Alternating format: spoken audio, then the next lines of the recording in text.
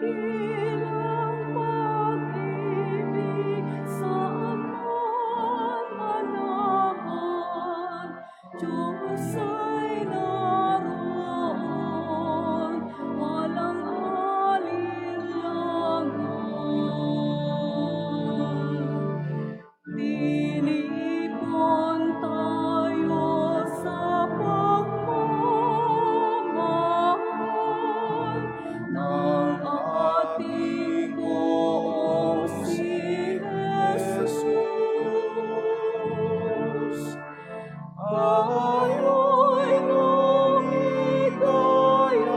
sa pagkakaisa sa haring nakapako sa krus. Dakilang pag-ibig sa manahan, Diyos ay naroon, walang alinlangan.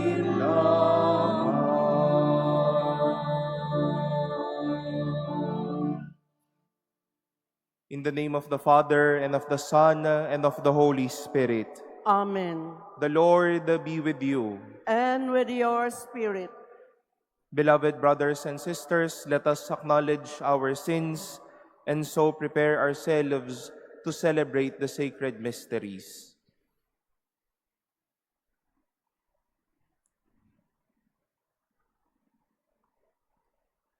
Have mercy on us, O Lord. For we have sinned against you. Show us, O Lord, your mercy. And grant us your salvation. May Almighty God have mercy on us, forgive us our sins, and bring us to everlasting life. Amen. Lord, have mercy. Lord, have mercy. Christ, have mercy. Christ, have mercy. Lord, have mercy. Lord, have mercy. Let us pray.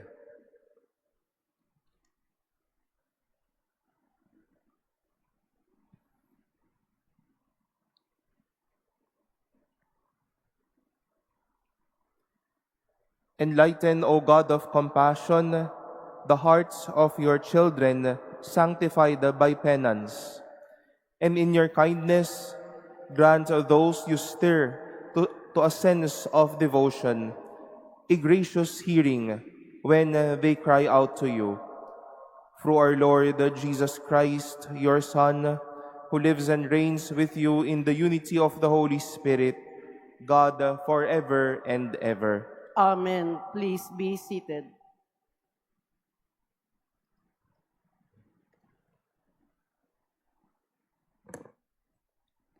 A reading from the book of the prophet Daniel. King Nebuchadnezzar said, "Is it true, Shadrach, Meshach, and Abednego, that you will not serve my God or worship the golden statue that I set up? Be ready now to fall down and worship the statue I had made. Whenever you hear the sound of the trumpet, flute, lyre, harp, psaltery, bagpipe, and all the other musical instruments. Otherwise, you shall be instantly cast into the white hot furnace. And who is the God who can deliver you out of my hands?" Shadrach, Meshach, and Abednego answered King Nebuchadnezzar, "There is no need for us to defend ourselves before you in this matter. If our God, whom we serve, can save us from the white-hot furnace and from your hands, O king, may he save us. But even if he will not, know, O king, that we will not serve your God or worship the golden statue that you set up." King Nebuchadnezzar's face became livid with utter rage against Shadrach, Meshach, and Abednego. He ordered the furnace to be heated 7 times more than usual, and had some of the strongest men in his army bind Shadrach, Meshach, and Abednego, and cast them into the white-hot furnace. Nebuchadnezzar rose in haste and asked his nobles, "Did we not cast 3 men bound into the fire?" "Assuredly, O king," they answered. But he replied, "I see 4 men unfettered and unhurt, walking in the fire, and the 4th looks like a son of God." Nebuchadnezzar exclaimed, "Blessed be the God of Shadrach, Meshach, and Abednego, who sent his angel to deliver the servants who trusted in him." They disobeyed the royal command and yielded their bodies rather than serve or worship any god except their own God. The word of the Lord. Thanks be to God.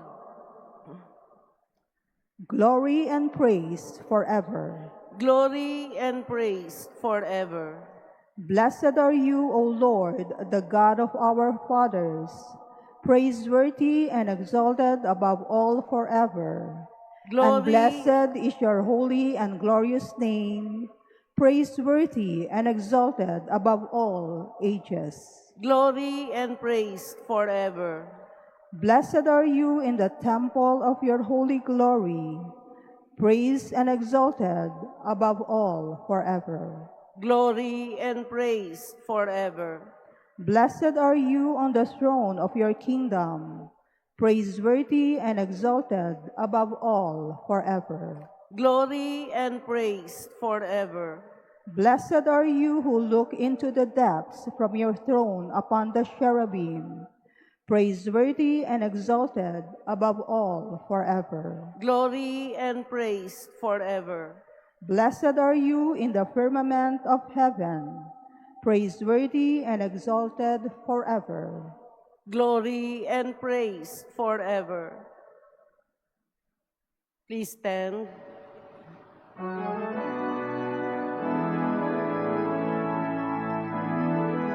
Luwalhati ang papuri, Panginoong Jesucristo.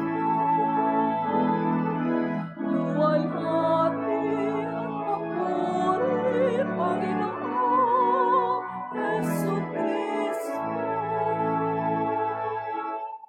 Blessed are they who have kept the word with a generous heart and yield a harvest through perseverance.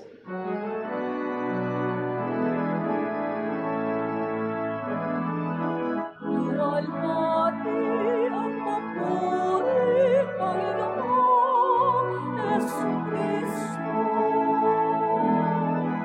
Luwalhati ang papuri, Panginoong Jesucristo. The Lord be with you. And with your spirit. A reading from the Holy Gospel according to John. Glory to you, O Lord.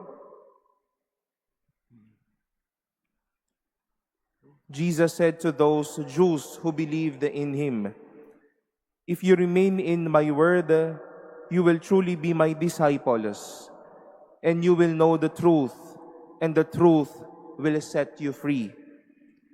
They answered him, "We are descendants of Abraham and have never been enslaved to anyone.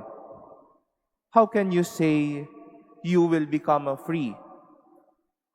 Jesus answered them, "Amen, amen, I say to you, everyone who commits sin is a slave of sin. A slave does not remain in the household forever, but a son always remains. So if the Son frees you, then you will truly be free. I know that you are descendants of Abraham, but you are trying to kill me, because my word has no room among you. I tell you what I have seen in the Father's presence. Then do what you have heard from the Father. They answered and said to him, Our father is Abraham. Jesus said to them, If you were Abraham's children, you would be doing the works of Abraham. But now you are trying to kill me, a man who has told you the truth that I heard from God. Abraham did not do this. You are doing the works of your father. So they said to him, We were not born of fornication. We have one Father, God. Jesus said to them, If God were your Father, you would love me, for I came from God and am here. I did not come on my own, but He sent me. The Gospel of the Lord. Praise to you, Lord Jesus Christ. Please be seated. Good morning, my dear brothers and sisters. We wish to welcome all of you, most especially our dear pilgrims of hope to the Manila Cathedral, the communities from the Santo Niño de Congreso Parish, the 2000 Hail Mary Ministry, St. James Greater Parish, Balanga, Ibaan, Bataan, and the Mary Mother of the Church from BF Resort Village, Las Piñas. Maligayang pagdating po sa Manila Cathedral. Palakpakan po natin ang bawat isa. My dear brothers and sisters, from today's Gospel, we've heard this famous line that we've been using about telling truth. Jesus said, You will know the truth, and the truth will set you free. And we've heard how these words became true with the life or in the life of King Nebuchadnezzar. The persecution of Shadrach, Meshach, and Abednego was just a means to make this true. Hindi siya naniniwala sa Diyos, mas gusto niyang maniwala ang tatlong ito sa Diyos na kanyang pinaniniwalaan o sa mga Diyos-Diyosan. Gusto niyang sambahin ng mga ito ang hindi totoong Diyos na kilala ni Nebuchadnezzar. But once more, his eyes were opened to truth, and afterwards, he believed and worshipped the true God. He was freed from worshiping an idol. He was freed to love and worship the true God. And I do believe that we have the same Nebuchadnezzar moments. Puno tayo ng duda. Puno tayo ng alinlangan. Puno tayo ng mga tanong. Puno tayo ng kadiliman. But events in life will totally lead us to believe, to faith, and embracing the truth. When Nebuchadnezzar saw the presence of the Lord, truth freed him. Malaya na siyang nakasamba. Malaya niyang sinabi ang kanyang pananampalataya. Malaya siyang nabuhay. There will be moments in life that we will be set free, or we will be invited to be free. Palalayain na tayo. Kapag kumilos ang Diyos araw-araw, kapag nakinig tayo sa salita ng Diyos, kapag nagmahal tayo, kapag may nagbigayan at marami pang iba, those moments are God-given moments that will set us free. Setting us free from doubts, setting us free from fears, setting us free from questions, setting us free from wants. Every day, my dear brothers and sisters, every day unfolds. Every day, God speaks and lives so that He can set us free. Let us see how God works, listen how God forms, and be set free. Nais ng Diyos na malaya tayo at hindi tayo makulong sa duda at takot.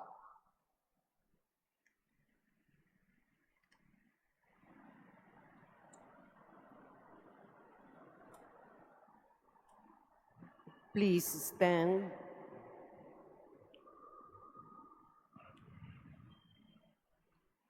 God is the limitless source of truth, freedom, and power. We are limited in mind, in spirit, and in body. Let us ask God to bring us and all persons to the fulfillment He intends. For every prayer we shall say, Lord, hear our prayer. Lord, hear our prayer. That all who seek the truth may have their minds opened and freed by the message of Jesus and His church. Let us pray to the Lord. Lord, hear our prayer. That our devout practices this Lenten season may serve to free us from bondage to excessive self-concern. Let us pray to the Lord. Lord, hear our prayer. That our involvement in the materialism of our day may not deter us in our quest for everlasting life. Let us pray to the Lord. Lord, hear our prayer. That the sick, the poor, the prisoners, the ignorant, and all those who suffer may find freedom from their life's burdens. Let us pray to the Lord. Lord, hear our prayer. That the Lord may unbind the faithful departed and let them go free in the kingdom of His glory. Let us pray to the Lord. Lord, hear our prayer. Let us pray in silence for our own intentions and lift up to the Lord all the intentions offered in this Mass and our prayers for each other.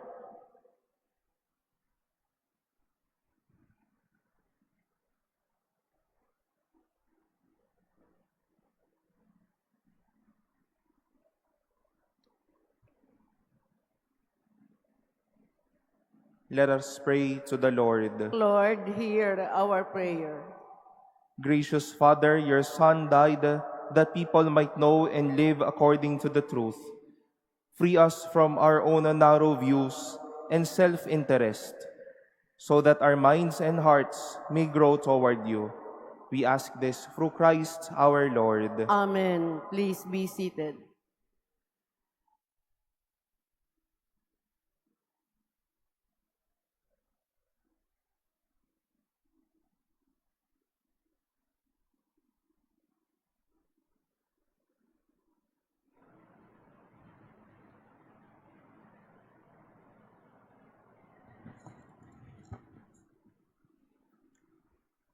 Blessed are you, O Lord, the God of all creation, for through your goodness we have received the bread we offer you.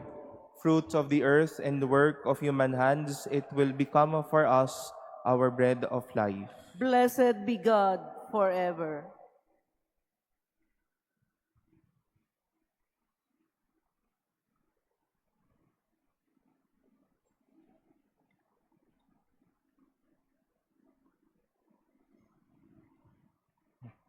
Blessed are you, O Lord, the God of all creation, for through your goodness we have received the wine we offer you. Fruit of the vine and work of human hands, it will become for us our spiritual drink.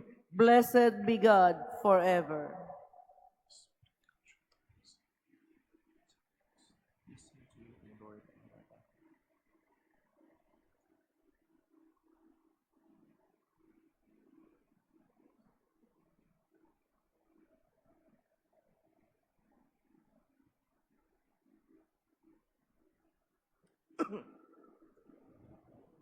Please stand. Pray, brothers and sisters, that my sacrifice and yours may be acceptable to God, the Almighty Father. May the Lord accept the sacrifice at your hands for the praise and glory of His name, for our good and the good of all His holy church. Receive back, O Lord, these sacrificial offerings, which you have given to be offered, to the honor of your name, and grant that they may become remedies for our healing, through Christ our Lord. Amen. The Lord be with you. And with your spirit, Lift up your hearts. we lift them up to the Lord. Let us give thanks to the Lord our God. It is right and just. It is truly right and just, our duty and our salvation, always and everywhere to give you thanks, Lord, the Holy Father, Almighty and eternal God. For through the saving passion of your Son, the whole world has received a heart to confess the infinite power of your majesty. Since by the wondrous power of the cross, your judgment on the world is now revealed, and the authority of Christ crucified. And so, Lord, with all the angels and saints, we too give you thanks, as in exaltation we acclaim. Holy, holy, holy, Lord God of hosts, heaven and earth are full of pure glory. Hosanna in the highest. Blessed is he who comes in the name of the Lord. Hosanna in the highest. Please kneel.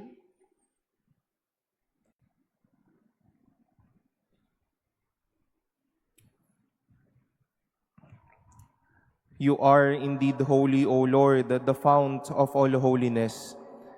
Make holy, therefore, these gifts, we pray, by sending down your Spirit upon them like the dewfall, so that they may become for us the body and blood of our Lord Jesus Christ. At the time he was betrayed and entered willingly into his passion, he took bread, and giving thanks, broke it, and gave it to his disciples, saying, "Take this, all of you, and eat of it, for this is my body, which will be given up for you."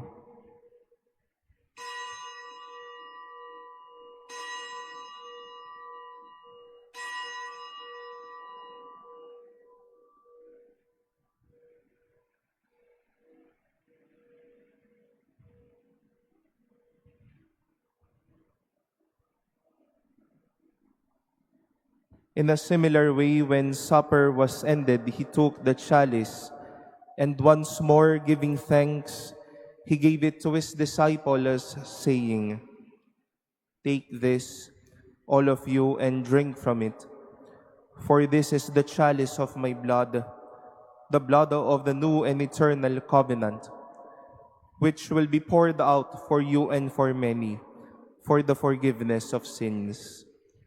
Do this in memory of me."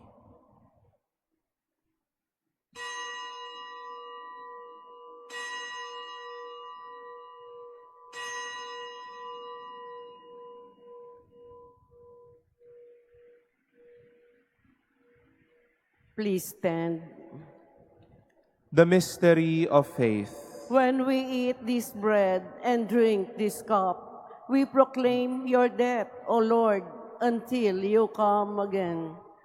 Therefore, as we celebrate the memorial of his death and resurrection, we offer you, Lord, the bread of life and the chalice of salvation, giving thanks that you have held us worthy to be in your presence and minister to you. Humbly we pray that partaking of the body and blood of Christ, we may be gathered into one by the Holy Spirit.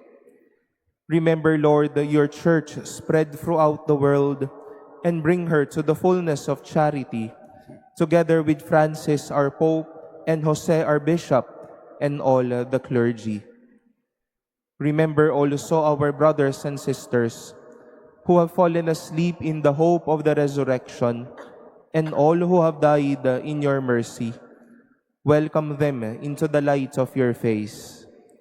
Have mercy on us all, we pray, that with the Blessed Virgin Mary, Mother of God, with Blessed Joseph, her spouse, with the blessed apostles and all the saints who have pleased you throughout the ages, we may merit to be co-heirs to eternal life, and may praise and glorify you through your Son, Jesus Christ.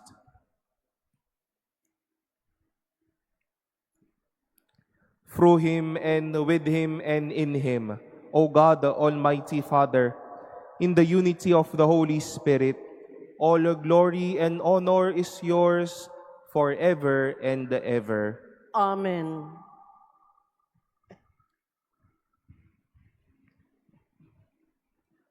At the Savior's command, informed by divine teaching, we dare to say, Our Father, who art in heaven, hallowed hallowed be be thy thy name. name. Thy kingdom come. Thy will be done on earth as it is in heaven. Give Give us us this this day day our our daily daily bread, bread, and and forgive forgive us our us our trespasses, trespasses, as as we we forgive forgive those those who who trespass trespass against against us. us. And lead us not Not into into temptation, temptation, but but deliver deliver us us from from evil. evil. Deliver us, Lord, though we pray from every evil. Graciously grant peace in our days, that by the help of your mercy, we may be always free from sin and safe from all distress, as we await the blessed hope and the coming of our Savior, Jesus Christ. For the kingdom, the power, and the glory are yours, now and forever. Lord Jesus Christ, who said to your apostles, Peace I leave you, my peace I give you. Look not on our sins, but on the faith of your church, and graciously grant her peace and unity in accordance with your will, who live and reign forever and ever. Amen. The peace of the Lord be with you always. And with your spirit. Let us offer each other the sign of peace.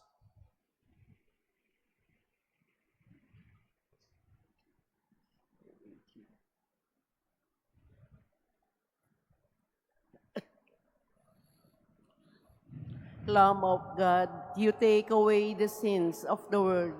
Have mercy on us. Lamb of God, you take away the sins of the world. Have mercy on us. Lamb of God, you take away the sins of the world. Grant us peace. Please kneel.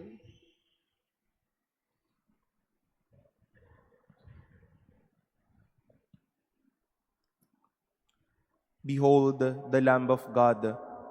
Behold him who takes away the sins of the world. Blessed are those called to the supper of the Lamb. Lord, I am not worthy that you should enter under my roof, but only say the word, and my soul shall be healed.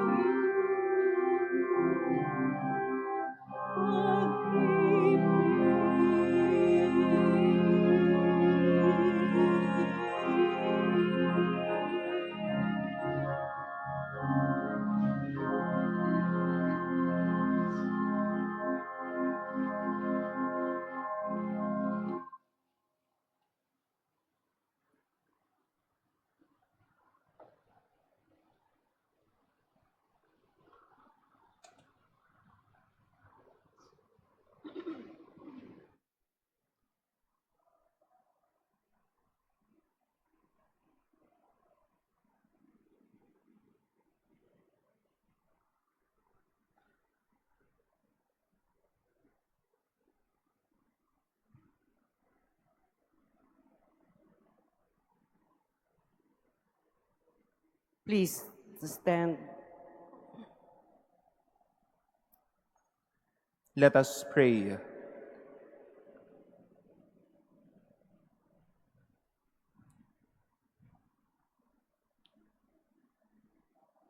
May the mysteries we have received, O Lord, bring us heavenly medicine, that they may purge all evil from our heart and strengthen us with eternal protection.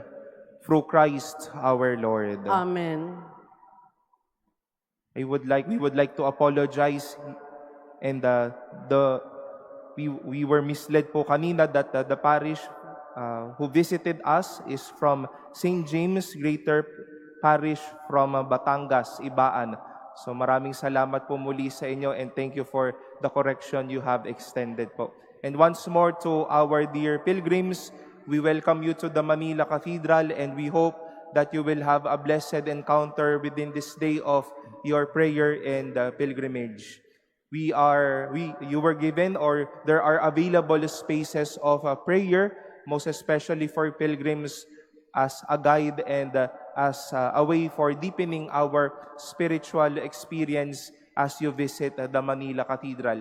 If you may wish to check the flow of the prayer activity, naroon po yung prayer activity stations located in front of the entrance door of the Manila Cathedral. Muli po, have a blessed day of pilgrimage, and bring with you the blessings and the graces of the Lord. The Lord be with you. And with your spirit. Bow down for the blessing. Attend, Almighty God, to the prayers of your people, and as you endow them with confident hope in your compassion, let them feel as ever the effects of your mercy. Through Christ our Lord. Amen. And may Almighty God bless you, the Father, and the Son, and the Holy Spirit. Amen. Our celebration has been offered. Go in the peace and love of the Lord. Thanks be to God.